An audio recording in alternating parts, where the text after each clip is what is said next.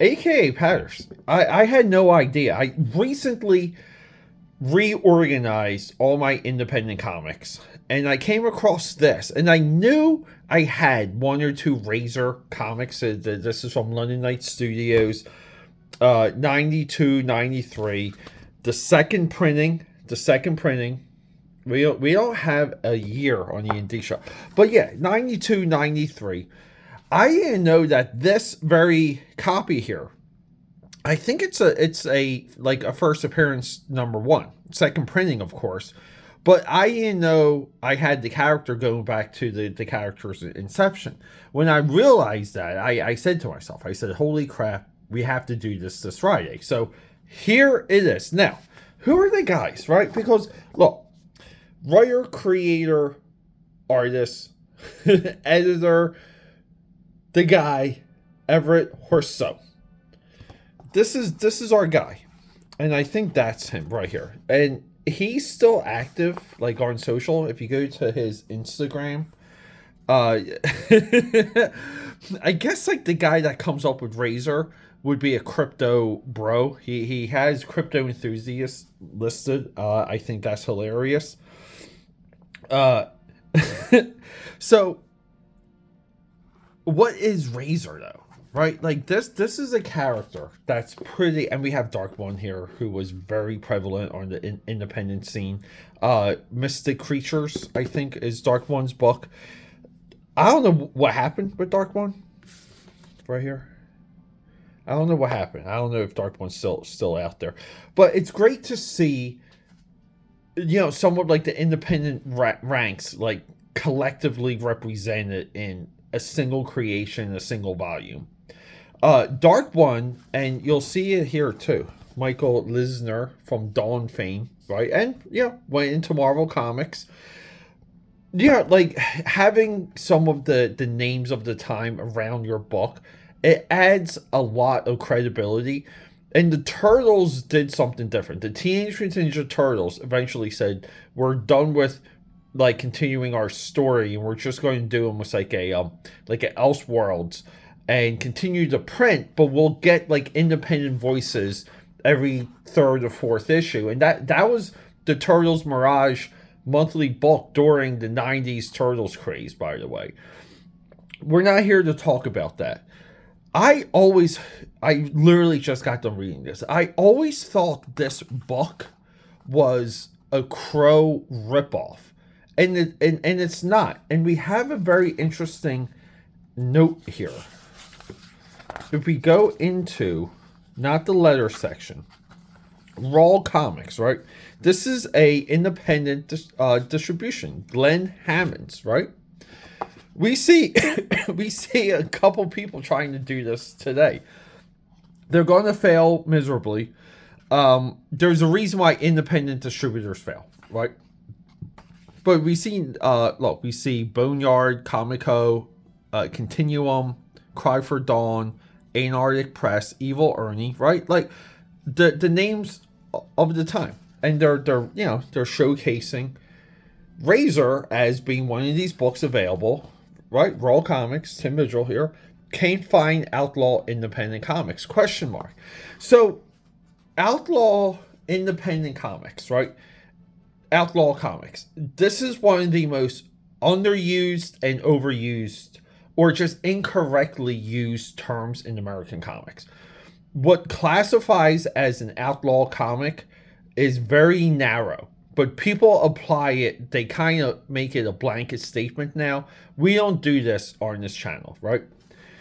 But I will say Razor is a true outlaw comic because it deals with these femme fatales, it deals with deadly women, it deals with entrails and people getting gutted, and within the first couple of pages we have that glorious black and white black blood.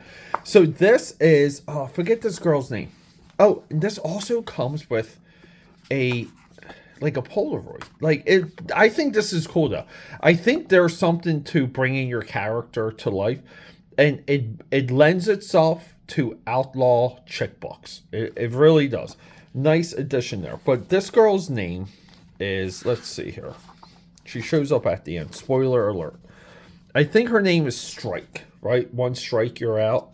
So Strike is, and we can see, right? One's black, one's white. We have dynamic opposites. We have the chessboard, so to speak. But Strike over here shows up, and this is Von Drake. This is the guy sending her to kill Razor. And he literally has, right? Isn't this like the emblem of Iron Fist? So anyway, so he's having a good or bad negotiation where he's like, ripping the dude's head off. We're missing an arm again. Entrails. Welcome to Outlaw Black and White Independent Comics. So he sends her off to the mission, and then we get, he's like, I'll meet you in my study. So he changes. So, he goes from, and AKAPAD, he goes from, like, I guess being almost naked, covered in blood, right here. Right, he looks like he's got spandex on, and some cool concert boots, right? This is like, you would wear these for Guar or Marilyn Manson back in the day. But he changes, he cleans up very nicely, right over here. And, awesome, amazing bookshelf. So, like, they gotta negotiate, and she's like, and I'll gut the bitch like a pig. No, I said, bring her in alive. I'd like to make her an offer she can't refuse. Go make her an offer she can't refuse. He's got a little bit of a grin. We have some nice Jim Lee, Wildstorm Productions cross-hatching there. We also have that for the adjacent page. Anything underneath the cheekbones in this era, just cross-hatch it. But yeah, and then we jump to, like, the streets. And then we see this kid just getting whacked. He's getting beat. He's like, please don't tell Hammer. Hammer, don't kill me. He gets taken. The kid's flipping out. He's a Michael Jordan fan. And guess what? More entrails, more black blood, more splat. We're getting killed in the shadows here. The kid's flipping out. We got some nice, halfway decent graffiti on the dumpster here. Anyone that's been on top of these dumpsters knows, like, you fall right through. But yeah, so the kid's flipping out, and she's like, look, anyone that's like, so we learn that Razor is like a straight up superhero vigilante, which I never got the sense of that from just the covers and other images I saw of her. I always thought she was a Crow ripoff, but she's a vigilante, and she's like, and look, we have Schnick, but it's almost like Snick. She's like, bring me to your leader. And he's like, I'm not a rat. And she's like, there won't be a chance for the guy to retaliate because I'm going to kill him. So, they go to Rat Mouth. And we have more 90s cross-hatching underneath the cheekbone shading here. No big deal. Good job over here by Everett. We have 1, 2, 3, 4, 5. We have 5 new characters in 2 pages. He does one amazing job at, everyone's different. Everyone is tagged. Great job, Mr. Everett. She throws in a smoke bomb. They run into the alley. Next thing you know, the guy almost gets speared in the dick. Thack. LSU. Gotta represent LSU. Yeah, and then, we get some jumpy. Some nice guns a-blazing. So I guess, like, her too, right? Like, maybe, like, this looks like skin, but I guess it's not, right? Because she's wearing pants, maybe. Maybe she has a buttless chap portion. But either way, she dodges, she evades, she kills, and boom. Like, we have a knife in the dude's forehead. Nice little kick in the jaw. Slicing that brain right off the head, right here. Like, it's like, shroom. Look, dude, she splits a guy in half. Black blood everywhere. This is, in my view, one of the greatest outlaw comics I've ever read. And so many people go to The Crow, but people wanted this level of violence in The Crow for the long, right? Razor is number 1. Yeah. And then we end in a great way. We end with Razor getting, like, piano wired And then right here we have Strike. I think the girl's name was Strike. No one tagged her in this. Well, I think it's Strike, right? Because Strike is spelled like codename Strike Force. But I love this dude with the brain just like oozing out of his head.